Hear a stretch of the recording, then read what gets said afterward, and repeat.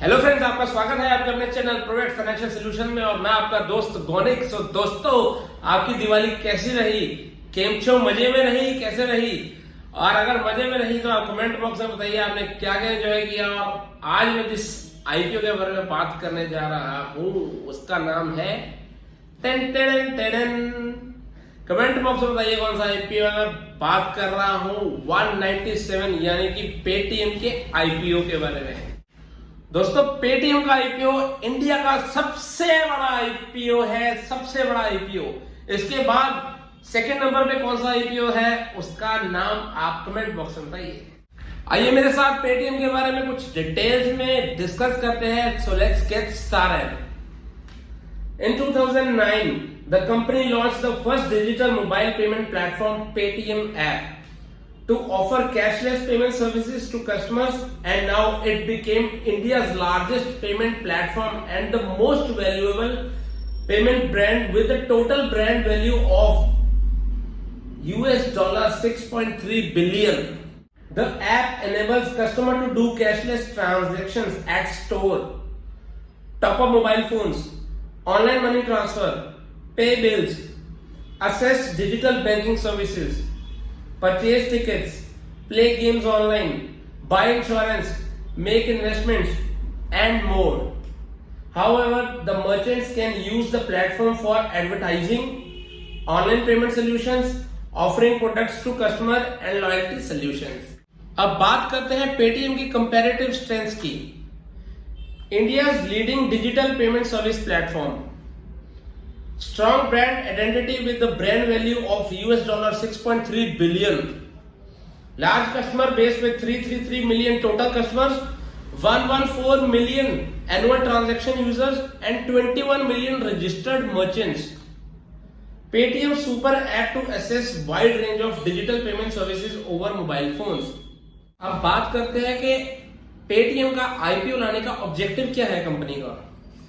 पहला ऑब्जेक्टिव है growing and strengthening Paytm ecosystem, including through acquisition and retention of customers and merchants, and providing them with greater access to technology and services, financial services. 4,300 crore rupees यहाँ पे खर्च रही है company. Investing in new business initiatives, acquisition and strategic partnership, 2,000 crore यहाँ पे company लगाएगी। General corporate purposes, ये तो पता ही है, हर कंपनी अपने जनरल कॉर्पोरेट पर्पसेस को फुलफिल करती है आईपीओ के थ्रू। दोस्तों, पेटीएम का आईपीओ आज यानी कि 8 नवंबर 2021 को ओपन हो गया है और इसकी क्लोजिंग की डेट है 10 नवंबर 2021। अलॉटमेंट इसकी होगी 15 नवंबर 2021 को, और जिसको इसकी अलॉटमेंट नहीं आएगी उसके रिफंड 16 नवंबर 2021 को आ जाएगा, और जिसको इसकी अलॉटमेंट आएगी 17 नवंबर को उनके डीमैट अकाउंट में शेयर्स आ जाएंगे। और सबसे बड़ी बात, लिस्टिंग की बात करें तो 18 नवंबर 2021 को पेटीएम लिस्ट होने जा रहा है सेकेंडरी मार्केट के लिए।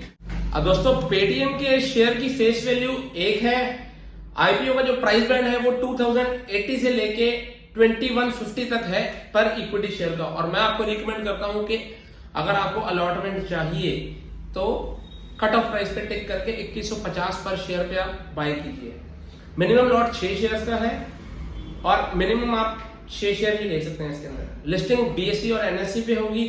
इशू साइज 18,300 करोड़ का है, सबसे बड़ा आईपीओ हिंदुस्तान का। उसमें से फ्रेश इशू जो सा है 8,300 करोड़ का है, और ऑफर फॉर सेल मतलब जो प्रमोटर्स है अपना हिस्सा बेच के निकल रहे हैं वो है 10,000 करोड़ का। इसकी आईपीओ में मिनिमम आप 1 लॉट लगा सकते हैं, 1 लॉट में 6 शेयर है, और मैक्सिमम 15 लॉट लगा सकते हैं, और उसके अंदर आप 90 शेयर्स के लिए अप्लाई कर सकते हैं, जिसमें आपके 1,93,000 रुपए ब्लॉक होंगे, और 1 लॉट के लिए आपके 12,900 रुपए ब्लॉक होंगे।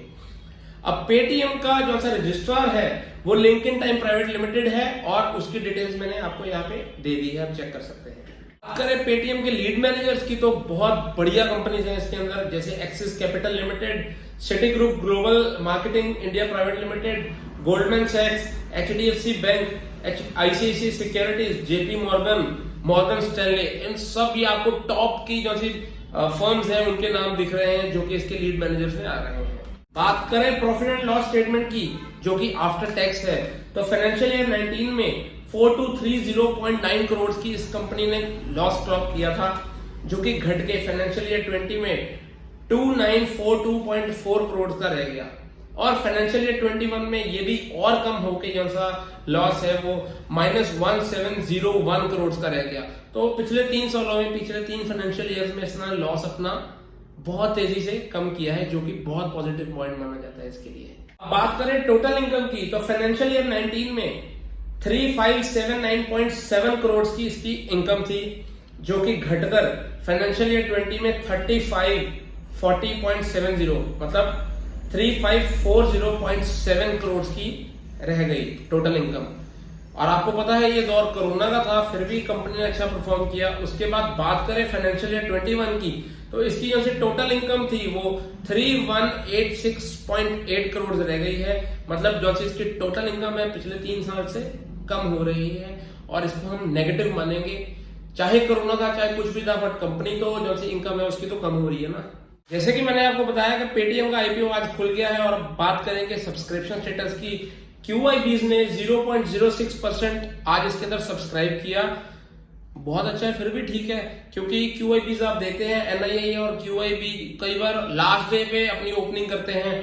तो बात करें NII की तो 0.02% इनका भी सब्सक्रिप्शन रहा इसके अंदर। और बात करें रिटेलर्स यानी कि आप और मैं, रिटेलर सबसे अमीर है भाई साहब IPOs के मामले में, 0.78% इन्होंने सब्सक्राइब कर दिया है। और टोटल IPO की बात करें तो 18%, 100 में से सिर्फ 18% ही आज पहले दिन ये IPO सब्सक्राइब हुआ है। बात करेंगे ग्रे मार्केट प्रीमियम की, जिसके लिए हम सभी रिटेलर्स पैसा लगाते हैं। तो 6 नवंबर से लेके 8 नवंबर तक जो इसका ग्रे मार्केट प्रीमियम है वो 150 पर शेयर का आ रहा है। और अगर परसेंटेज की बात करें तो परसेंटेज कुछ भी नहीं है, मतलब इसमें लिस्टिंग गेन है, हो सकता है बहुत कम मिले या हो सकता है नेगेटिव मिले। अब बात करेंगे कि इसके अंदर IPO हमें लगाना चाहिए कि नहीं लगाना चाहिए। अगर हम फंडामेंटल बेसिस पे चलेंगे तो अभी ये लॉस मेकिंग कंपनी है, और हो सकता है कि आने वाले 1-2 साल इसको या 3 साल लग जाए प्रॉफिटेबल बनने के लिए। और मेरी आपको ओपिनियन है इसकी, अगर अलॉटमेंट अगर आप चाहते हैं या अगर आप चाहते हैं कि इसके अंदर मैं IPO लगाऊं, तो आपको कल का दिन वेट करके फाइनल डे यानी मतलब 10 तारीख को आपको देखना चाहिए। मैं आपको एक और वीडियो में बताऊंगा जो 10 तारीख के मतलब 9 तारीख को कल मैं आपको बताऊंगा कि इसके अंदर IPO लगाएं कि ना लगाएं। अभी मैं सिर्फ सब्सक्रिप्शन स्टेटस पे फोकस करूंगा कि कितने लोगों ने सब्सक्राइब किया है, कितने गुना सब्सक्राइब हो रहा है, क्योंकि बहुत बड़ा इशू है। जितना बड़ा इशू होता है उतना ग्रे मार्केट प्रीमियम कम चलता है, कम होता है। ये मैंने पिछले बड़े बड़े IPOs में देखा है, जैसे कि SBI कार्ड्स का IPO था, राइट, वो डिस्काउंट पे खुला था। उसके बाद अगर बात करें कोल इंडिया का, वो भी बहुत बड़ा IPO था। इसके बाद जो था सबसे बड़ा IPO कोल इंडिया का ही था। जितने बड़े IPOs होते हैं उसको सब्सक्राइब होने में टाइम लग जाता है, और ग्रे मार्केट प्रीमियम कम होता है, और कई बार वो डिस्काउंट पे भी लिस्ट होते हैं। तो जो तो लॉस बेयर कर सकते हैं, राइट, जिसका रिस्क एपेटाइट बहुत ज्यादा है, वो इसके अंदर सब्सक्राइब कीजिए। जिसको लिस्टिंग गेन्स चाहिए, मेरे हिसाब से उनको वेट करना चाहिए, और सेकेंडरी मार्केट में लिस्ट होने के बाद ही देखना चाहिए आगे। वीडियो अच्छे लगे तो मेरे चैनल को सब्सक्राइब कीजिए, बेल आइकन को प्रेस कर दीजिए। थैंक यू दोस्तों, लव यू, बाय बाय।